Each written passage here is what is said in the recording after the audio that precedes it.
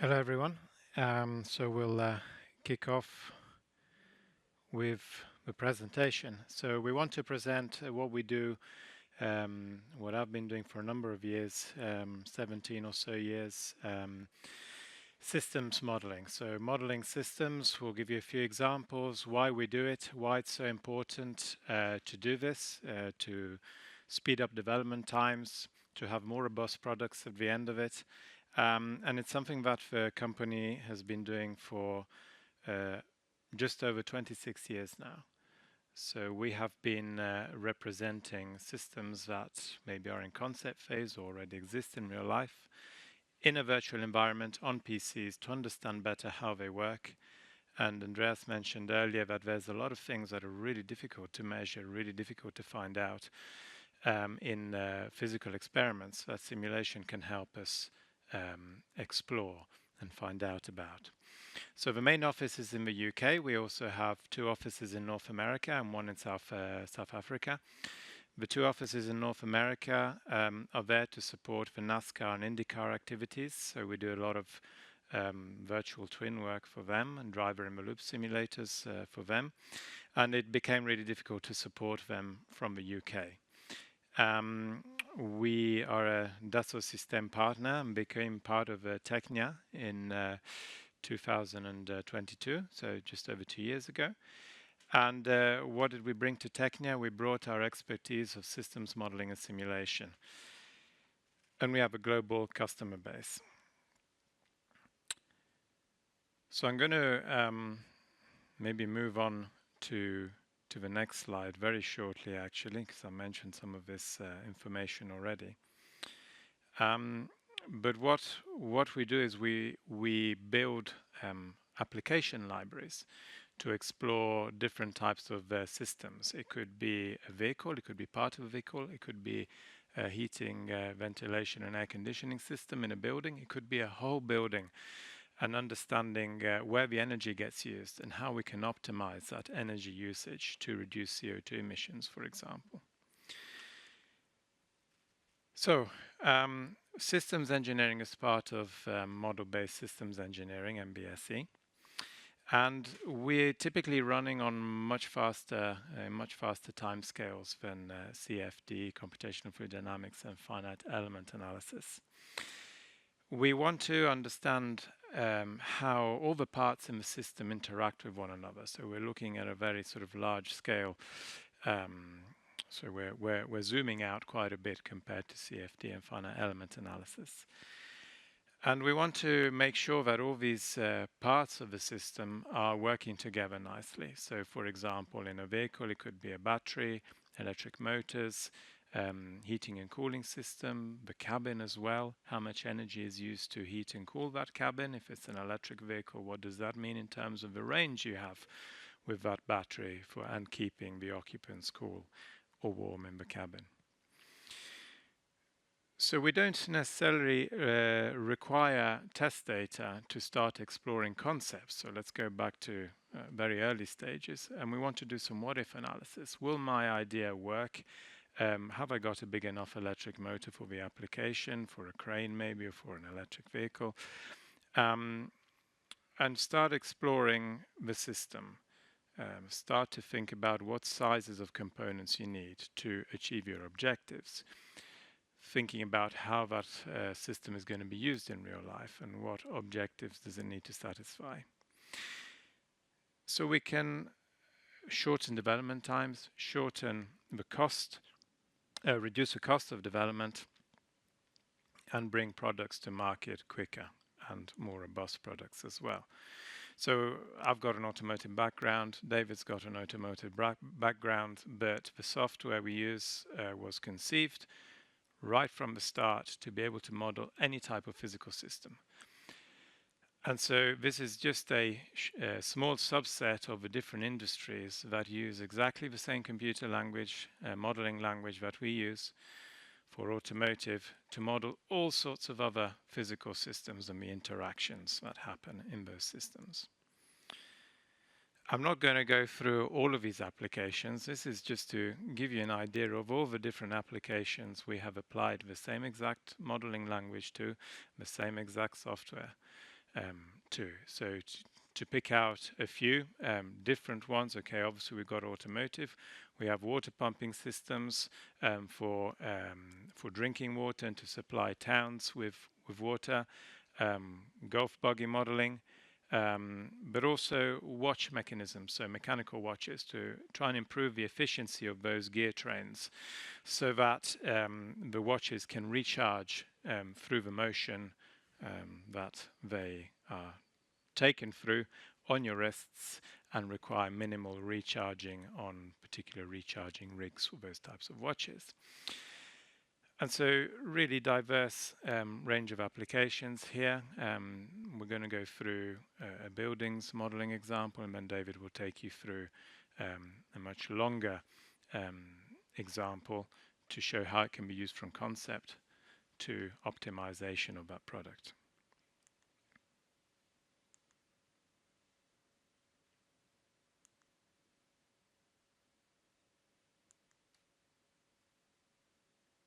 Okay.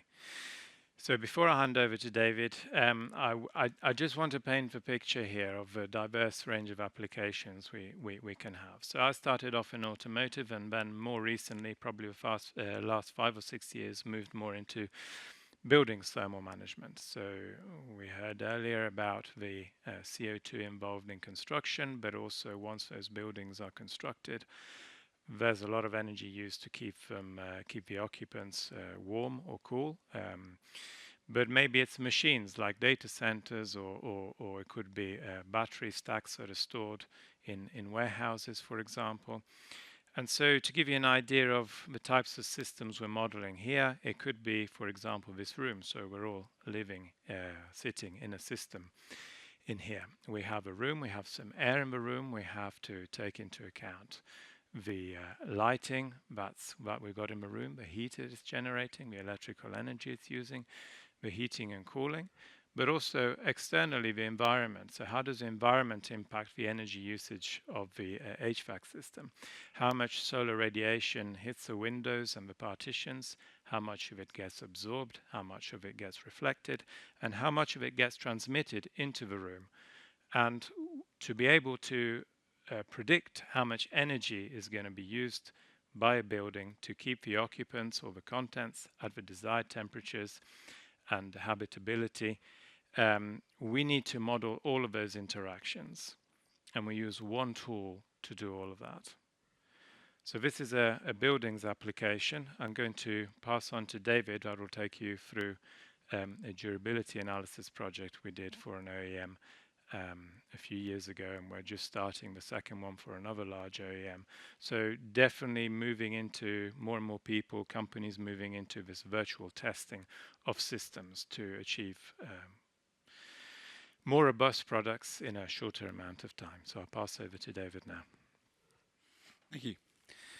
So as Alex said, what we do isn't constrained to automotive applications, but we started in automotive, we're good at automotive. I like cars, so I'm going to stick with that theme. Apologies if it's not your kind of thing, but I promise it's not going to go into too much detail. It's going to kind of guide you through the process using cars as a vehicle to take us through that whole process. So let's go over one of the things that we make, which is the Vesima suite of libraries. Vesima, Vehicle Systems Modeling and Analysis. Now the idea there is in the name, but it's looking at a vehicle as a system. So there are lots of different products that look at FEA, looks at the stresses and strains of components, but looking at a very small subset. CFD, again, really, really good at looking at the aerodynamics, but difficult seeing how that applies itself in the wider vehicle. So what Vesima does is look at that whole vehicle and see how one system interacts with another. And it breaks it down by recognizable subsystems. So you're not looking at something that's abstract that you need a degree to try and understand. You're going, oh, well, that's a wheel, let's have a look at that. Or those are some brakes, let's have a look at that. So it's breaking it down into things that hopefully you should be able to understand. The idea is that you mix mechanical, electrical, thermal, whatever you like, into one system so you can see how one system interacts with another that affects the whole. The idea is that it starts early, it's nice simple models, and works its way through to, as Alex said, durability analysis, so really, really high fidelity levels of analysis. We've got subject-specific libraries, so I do suspensions, multi-body stuff, so we've got a suspensions library, we've got an engines library, powertrain, so on and so forth.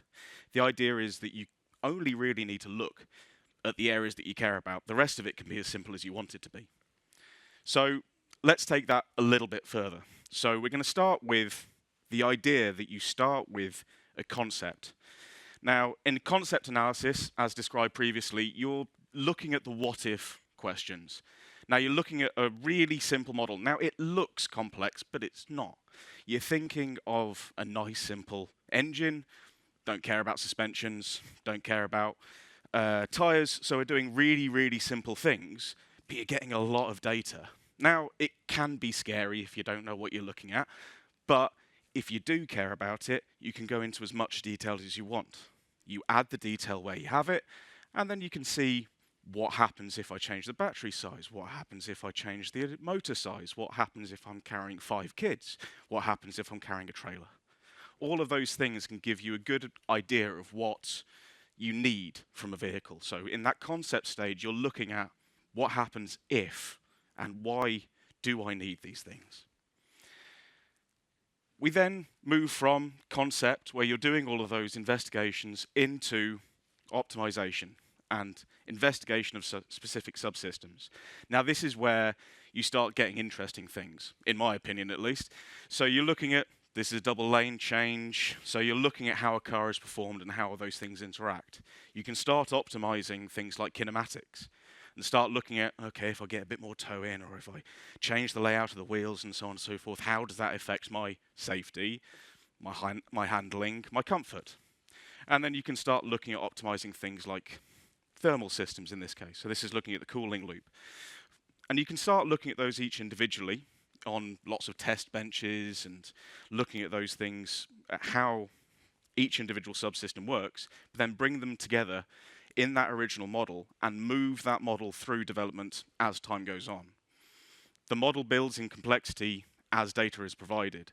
Now, ModSim is a perfect example of that, where you're developing the whole idea through the development. So when data comes up, you apply it, you can make the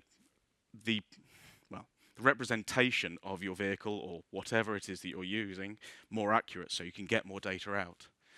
The idea is that the fidelity moves with the development and the data available. And this is also where you can start thinking about controller optimization. Now, you can develop controllers within Vesma or within Dimela, but you can also bring in controllers from somewhere like Simulink. Now, a lot of people use that to create controllers so that they can flash directly onto their ECUs. So you can import that directly in rather than having to try and manage 2 different versions of the same thing. So we've gone through concepts, now we've gone through optimization and investigation. Now we're getting to the late stage analysis game. So as Alex said, we've done a couple of durability developments for a couple of big OEMs, and this is the kind of stuff that they're doing. Now, with the best will in the world, durability analysis is boring. It's 150,000 miles of repetitive tests that are going again and again. It sounds fun, but actually it's just going over the same speed bump thousands of times, literally. So if you can do that, but simulate it, then you're cutting down 150,000 miles. 3 months of continuous driving, all of that cost, all of that renting of the track, all of that cost of environmental cost, you're cutting down to running it over a week or a weekend even. And the idea is that you're getting out like measured data. So what you can then do is feed that into FEA analysis, see how suspension components degrade over its lifetime or transmissions degrade over its lifetime. But then you can start using that earlier and earlier in the development process to go, well, actually, we can start looking at durability analysis now. We haven't got a vehicle, but that's fine. We can start looking at durability analysis and, ooh, okay, we're getting a little bit more extra weight here. So we probably need to beef up this transmission to make sure that it lasts that 200,000 kilometers or 300,000 kilometers or whatever. But the idea is that at the end of it, you're producing like measured data, so that you can use that and actually look at it. And it's not stuff that you have to have yet another degree to try and understand. It's force, it's torque, it's movement, it's stuff like that.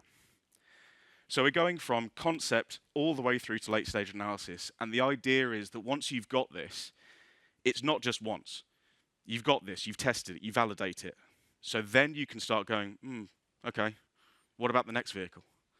Well, we've got all the durability analysis stuff. We've got all of the engine testing stuff.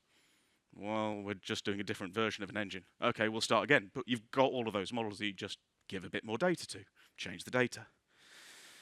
Now, one of the things that we've been doing for years is driving the loop stuff. That's our relationship with RF Pro, motorsports, Formula One, NASCAR, and IndyCar all use our stuff to do driving the loop. And we started our relationship with RF Pro years ago, I think about 20 years ago now.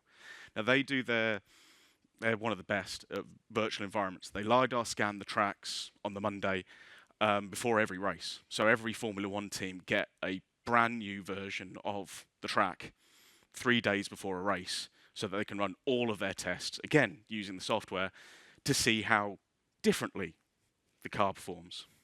So now we moved that on a little bit, and now we're in the age of AV testing. This is AV Sandbox. This is a relatively new product, but it's going on all of the core ideas of the previous testing, where we've got that physics underneath, so we know that the simulation works. We know that the vehicle's doing what it's supposed to. But now we need to hand over the keys to something that we don't necessarily understand, which is a big box of tricks that needs to navigate our way around a town. So to do that, we need to immerse it in a full virtual environment, give it all of the same things that it would expect out of an actual car. So in the bottom left, we're seeing a sensor view. Now, camera, that's nice and easy. RCCC, that's basically picking out the red stuff, so you'll see that the red is picked out, but everything's a little bit more grayscale. LiDAR, ground truth, we'll get to in a second. All of those sensors, basically, you're getting out exactly what you'd expect from an actual sensor, so that from a controller point of view, it doesn't know any difference. That gives you the ability to create something like on the right. Now, this is M-City in Michigan, LiDAR scan, millimeter accurate representation of M-City.